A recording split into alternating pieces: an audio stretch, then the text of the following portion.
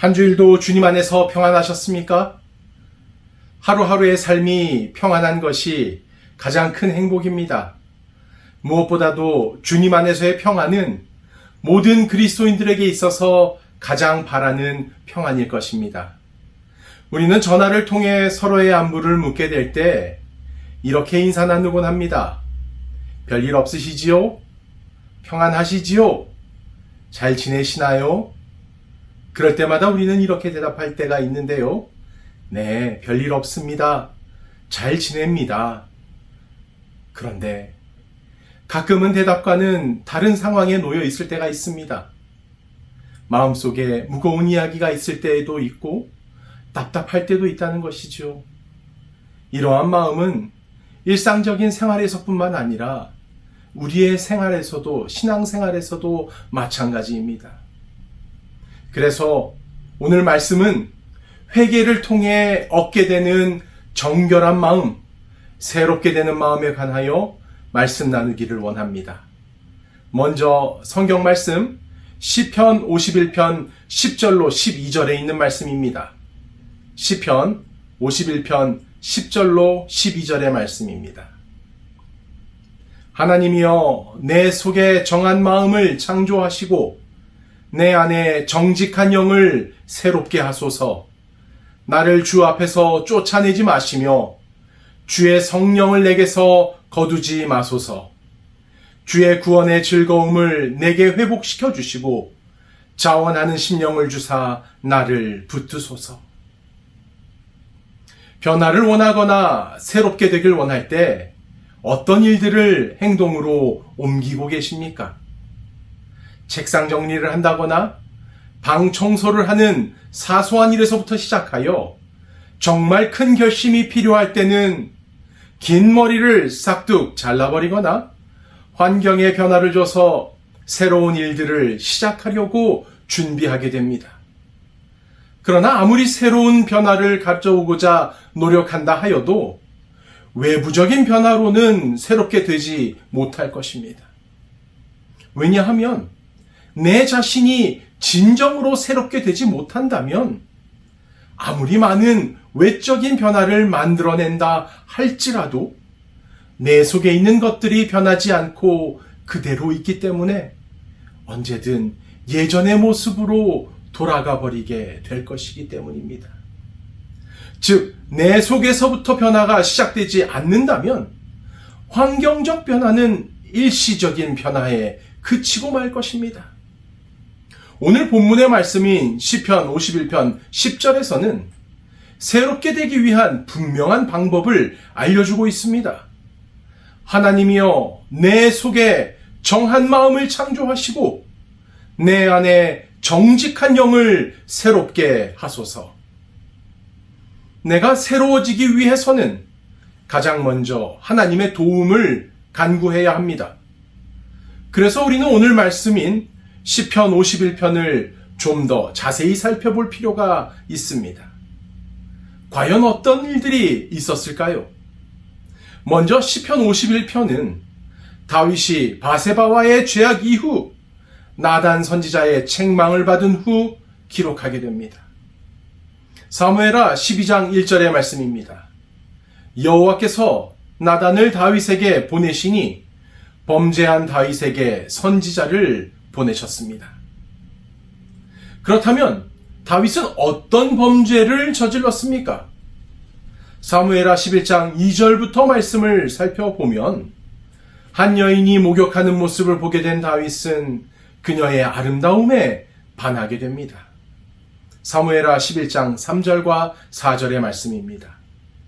다윗이 사람을 보내 그 여인을 알아보게 하였더니 그가 아뢰되 그는 엘리암의 딸이요 햇사람 우리아의 아내 바세바가 아니냐 하니 다윗이 전령을 보내어 그 여자를 자기에게로 데려오게 하고 그 여자가 그 부정함을 깨끗하게 하였으므로 더불어 동침함에 그 여자가 자기 집으로 돌아가니라.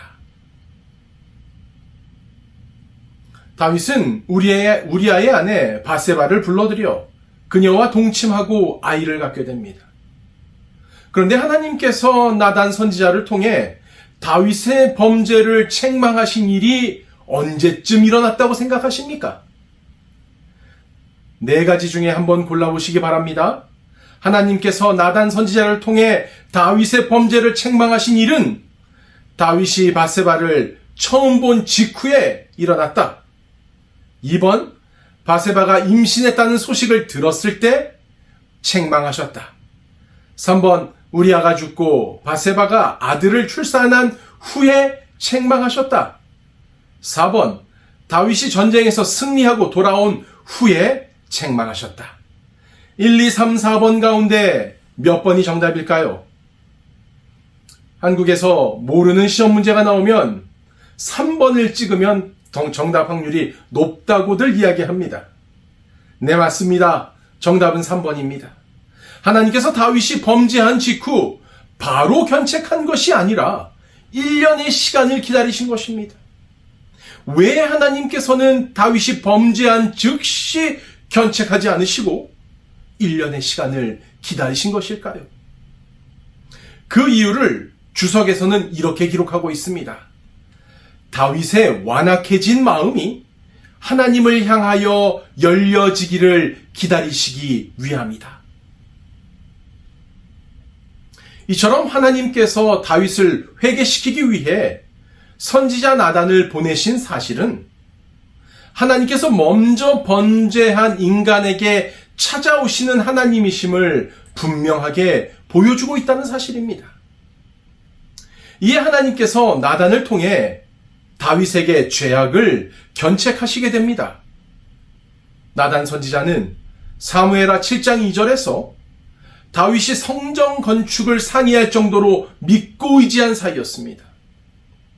왕이 선지자 나단에게 이르되 볼지어다 나는 백향목궁에 거주하거늘 하늘의 괴는 휘장 가운데 있도다. 다윗은 자신이 왕궁에 거주하는 동안 하나님의 언약궤는 여전히 장막 안에 있음을 염려하며 하나님을 위한 성전 건축하려는 마음을 나단 선지자에게 표현한 것이죠. 이 사건은 다윗의 위대한 신앙심을 보여주지만 그러나 하나님께서는 다윗이 성전을 건축하지 못하게 하시고 대신 그의 아들 솔로몬이 성전을 짓게 될 것이라고 알려주신 사건이지요. 나단 선지자는 왕의 권세 앞에서도 당당히 진리의 말씀을 외치며 죄악을 지적하는 선지자적 사명을 가진 선지자였습니다. 이에 사무엘하 12장에서 나단을 다윗에게 보내시어 견책하신 것이죠. 이에 회개하는 심정으로 기록한 시가 바로 오늘 본문 말씀인 시편 51편의 내용인 것입니다. 다윗은 자신의 죄악이 단순한 실수가 아니라 하나님 앞에서의 근본적인 타락임을 깨닫고 자신의 내면의 변화를 간절히 갈망하며 이 시를 기록하였습니다.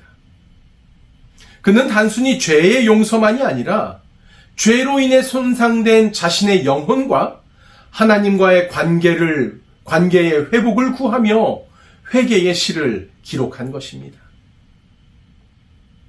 다윗은 자신의 죄를 깨닫고 하나님 앞에 회개하며 다음과 같이 고백합니다. 사무엘하 12장 13절의 말씀입니다. 내가 여호와께 죄를 범하였노라. 비록 간단한 한마디지만 다윗은 진심으로 회개하며 자복하였습니다. 다윗은 나단 선지자의 책망을 들은 즉시 회개하였습니다.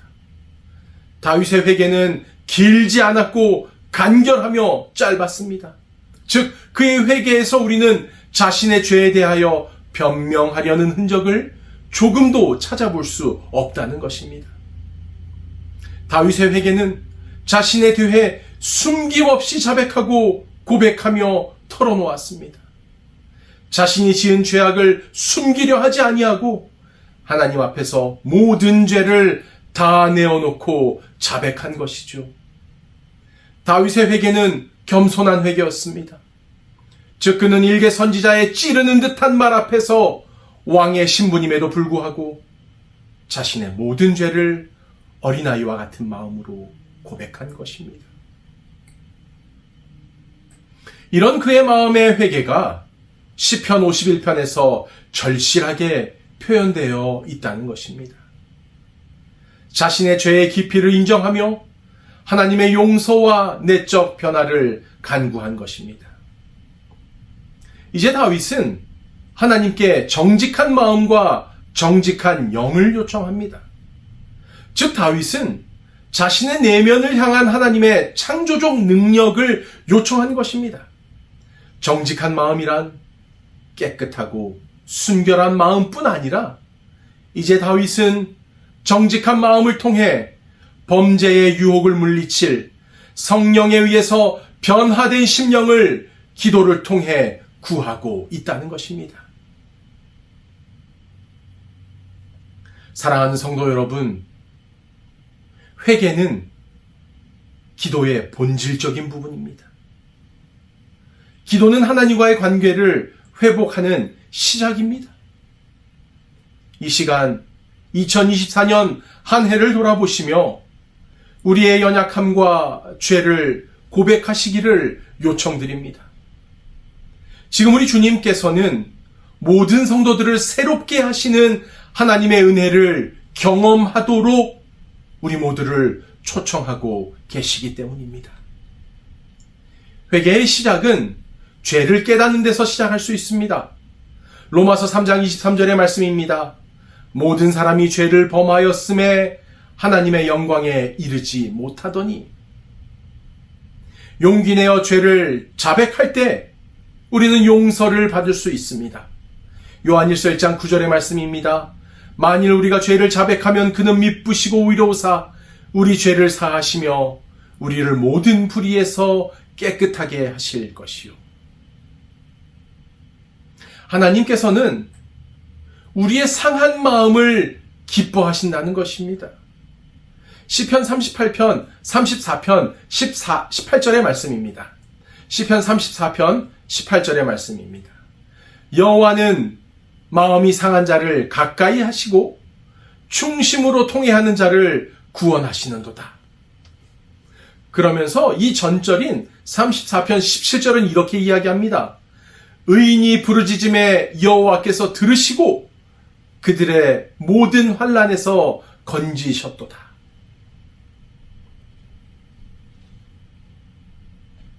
의인들에게 주어지는 특권은 대단히 특별할 것 같지만 너무도 간단합니다. 어려움에 처했을 때 의인들에게 주어지는 특권은 바로 외칠 수 있다는 사실입니다. 하나님께 부르짖을 수 있다는 것입니다. 그럴 때 하나님께서는 우리의 소리를 들으실 뿐 아니라 어려움의 환난 가운데서 도와주신다는 사실입니다. 그냥 놔두지 않으시고 건져내 주신다는 사실이에요. 그렇기에 우리가 할 일은 반드시 우리 모두를 구원하시리라는 확신을 갖고 그분께 여호와 하나님의 이름을 외치면 되는 일 외에는 우리에게는 다른 어떠한 노력이 필요치 않다는 사실입니다. 여호와 하나님께서는 의인의 간구를 저버리지 않으시며 기도를 들으시기 때문입니다. 잠언 15장 29절의 말씀입니다. 여호와는 악인을 멀리하시고 의인의 기도를 들으시느니라. 사랑하는 성도 여러분, 죄를 책망하시며 정당한 심판은 하나님의 공의입니다. 그럼에도 불구하고 하나님은 용서와 회복의 길을 열어주시어 하나님의 자비를 나타내십니다. 이제 우리에게는 회개와 순종을 통해 하나님의 은혜를 받을 것인지 아니면 거절하고 심판을 받을 것인지에 대한 선택의 기회가 주어졌습니다. 이사야 1장 18절의 말씀입니다. 여호와께서 말씀하시되 오라 우리가 서로 변론하자. 너희의 죄가 주홍 같을지라도 눈과 같이 희어질 것이요 진홍같이 붉을지라도 양털같이 희게 되리라. 하나님께서는 변론하자는 사랑의 초대를 보내주셨습니다. 죄악을 짓고 멀어진 인간을 심판하기보다는 우리 모두가 회개하고 하나님의 은혜 안에서 새롭게 되기를 바라는 하나님의 마음을 보여주고 계십니다. 내가 노력으로 이룰 수 있는 일이 아니라 하나님의 은혜로 이루어지는 초청에 의해 가능한 것입니다. 에스겔 36장 26절은 이렇게 말씀합니다. 또 새 영을 너희 속에 두고 새 마음을 너희에게 주되 너희 육신에서 굳은 마음을 제거하고 부드러운 마음을 줄 것이며. 하나님의 이스라엘 회복 사역은 단순히 귀환과 죄사함에만 국한된 것이 아니라 궁극적으로 이스라엘의 온전한 영적 갱신을 통해 이스라엘은 새 언약 백성의 반열에 들게 될 것이라는 뜻입니다. 다윗은 성령을 잃을까 두려워하며 하나님의 임재가 떠나는 것을 가장 큰 비극으로 여겼습니다. 이는 사울 왕의 사례를 통해 다윗이 성령의 떠남이 얼마나 무서운지 알고 있었기 때문입니다. 사무엘상 16장 14절입니다. 여호와의 영이 사울에게서 떠나고 여호와께서 부리시는 악령이 그를 번뇌하게 한지라. 그렇습니다. 오늘날도 우리의 죄로 인하여 성령의 사역을 제한할 수 있음을 무섭게 여기셔야 합니다. 에베소서 4장 30절입니다. 하나님의 성령을 근심하게 하지 말라. 그 안에서 너희가 구원의 날까지 인치심을 받았느니라. 교회 주석은 이렇게 기록합니다. 부주의하고 옳지 못한 말은 다른 사람에게 고통을 줄 뿐만 아니라 성도 안에 내주하시는 성령을 근심케 한다. 성령은 그리스도 안에서 역사하시는 인격적인 안내자이며 지도자이시기 때문에 그의 인도하심을 따르지 않고 자신을 더럽히면 그를 근심케 만드는 것이 된다.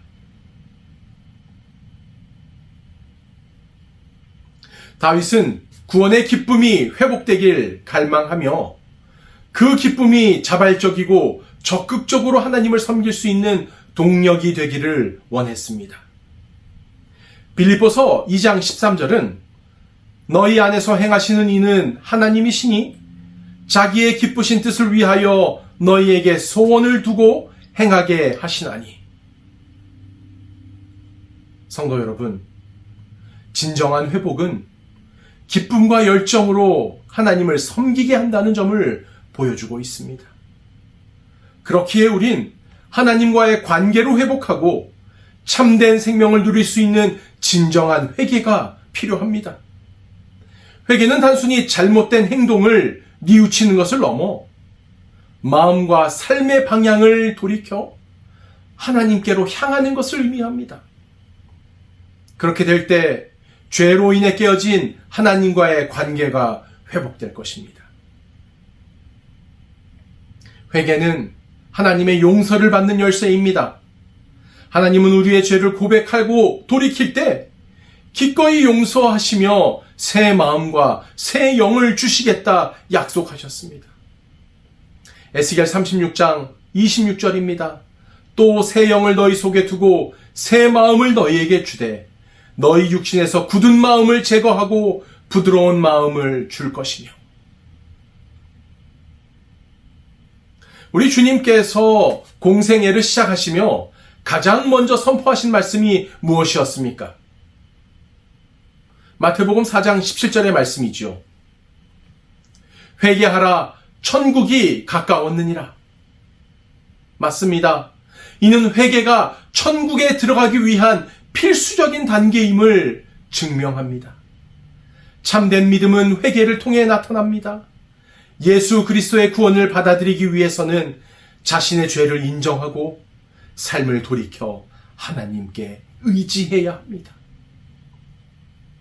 회개는 일시적 행위가 아니라 지속적인 영적 성장 과정에서 반드시 필요한 것입니다.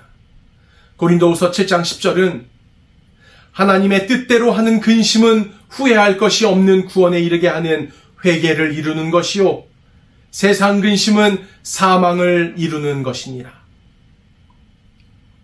우리는 이 말씀 가운데 하나님의 뜻대로 하는 근심이 구체적으로 무엇을 가리키는지를 분명히 이해할 수 있어야 합니다. 하나님의 뜻대로 하는 근심이란 자기의 행위가 하나님의 판단에 합당한 것인가를 생각하여 자기의 잘못을 진정으로 뉘우치고 돌이키는 데까지 나아가는 근심을 말하는 것입니다. 즉, 이 근심은 죄에 대한 근심이요, 하나님의 은총을 저버린 행위에 대한 근심을 말하고 있는 것입니다. 그렇다면 세상 근심이란 무엇일까요? 세상 근심은 분노하고 원한을 품으며 자기를 정당화하기 위해 애쓰는 모든 근심을 말하는 것입니다. 하나님의 뜻대로 하는 근심과 세상의 근심에 관하여 성경의 인물들을 찾아보면 좀 더 이해가 빠를 것입니다. 오늘 말씀드린 다윗의 이야기입니다. 신하의 아내를 범한 다윗은 자기 죄를 뉘우치고 회개하였기에 하나님으로부터 죄사함을 받았고, 베드로는 예수를 3번이나 부인하였지만 통곡하며 회개하였습니다. 이것이 바로 하나님의 뜻대로 하는 근심인 것입니다. 그러나 가룟 유다는 예수님을 배반하기 전에 회개할 기회가 있었으나 끝까지 그 기회를 놓치고 말았습니다. 이것이 바로 세상의 근심인 것이죠. 이처럼 하나님의 뜻대로 근심하는 사람들은 그들의 삶의 변화가 회개의 열매로 나타나게 된다는 것입니다. 누구나 실수할 수 있습니다. 누구나 죄에 빠져 잘못할 수 있지요.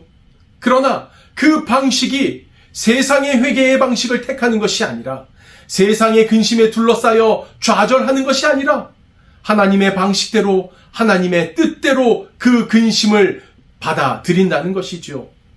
그 결과 마태복음 3장 8절은 이렇게 기록합니다.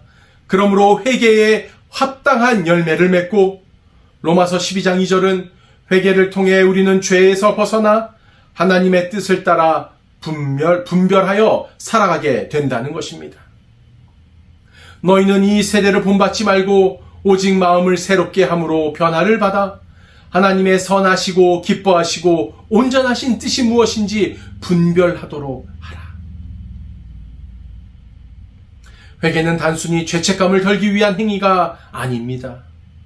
하나님과의 관계를 회복하고 참된 삶을 누리며 구원의 약속에 참여하기 위하여 회개가 필요한 것입니다.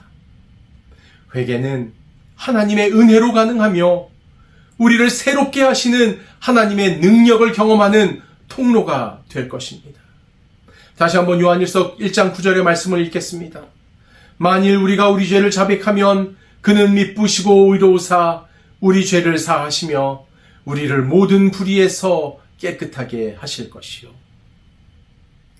사랑하는 성도 여러분, 매일의 삶에서 하나님의 말씀과 기도로 우리의 내면을 새롭게 하기를 기도합니다.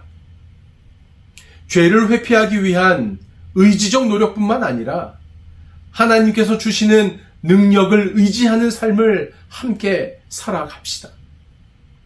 성령의 인도하심을 통해 모든 결정이 내려지길 원합니다.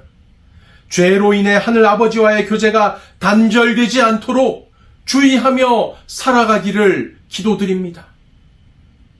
우리는 날마다 하나님께 정결한 마음과 정직한 영을 구하며 성령과 동행하는 삶을 살아갈 때 진정한 회복과 구원의 기쁨을 경험할 수 있게 될 것입니다.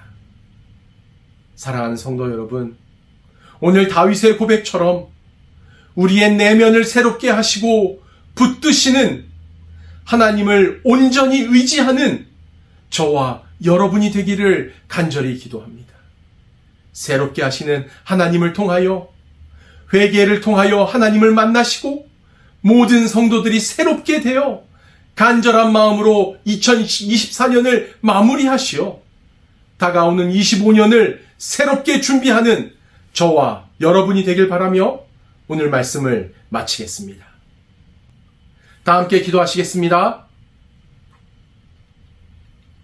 사랑과 자비가 풍성하신 하나님 아버지, 오늘도 주님의 크신 은혜와 사랑을 기억하며 살아가는 주의 백성 되게 하여 주시옵소서. 다윗이 죄를 짓고 깊은 절망 가운데 있을 때에도 다윗의 부르짖음을 외면하지 않으신 하늘아버지, 다윗의 고백처럼 하나님이여 내 속에 정한 마음을 창조하시고 내 안에 정직한 영을 새롭게 하여 주시옵소서. 이와 같은 간구를 우리도 하게 하시고 우리의 마음을 새롭게 하시어 용서하여 주시옵소서. 우리 역시 다윗처럼 죄 가운데 넘어지고 실수할 때가 많지만 우리의 연약함을 아시고 우리의 부끄러움을 가리우시며 죄악에서 우리를 건져 주시옵소서. 다윗의 회개를 통해 우리에게 주신 교훈을 기억하며 우리도 날마다 주님 앞에 나아가길 원합니다. 우리의 죄를 고백하고 주님의 거룩한 손에 의지하며 새롭게 변화되길 소망합니다. 주님께서 새롭게 하신 우리의 삶이 주님의 영광을 드러내는 도구가 되도록 축복하여 주시옵소서. 회개하는 자를 새롭게 하시는 하나님, 왕 되신 하늘 아버지께 감사와 찬양이 흘러넘치는 우리의 복된 삶이 되도록 인도하여 주시옵기를 예수 그리스도 이름으로 간절히 기도하옵나이다. 아멘.